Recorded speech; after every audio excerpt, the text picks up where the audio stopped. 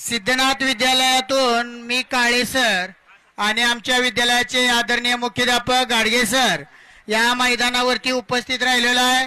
जर शाळेमधील कोण विद्यार्थी इथं मैदानामध्ये गाड्यांच्या शर्यती बघण्यासाठी आलेला असेल तर कृपया पटकन शाळेमध्ये यायचं आहे। उद्या परीक्षा आहे, कोणीही मैदानावर थांबू नका। ग्रामस्थांना नम्र विनंती, जर असा विद्यार्थी तुमच्या समोर असेल तर त्या मुलाला पटकन शाळेमध्ये दाखल करा। इथं कोणी थांबून देऊ नका। उद्या सलग 3 दिवस पेपर आहेत, कोणत्याही विद्यार्थ्याचं नुकसान होणार नाही यासाठी आम्ही ग्राउंडवरती आलेला आहे।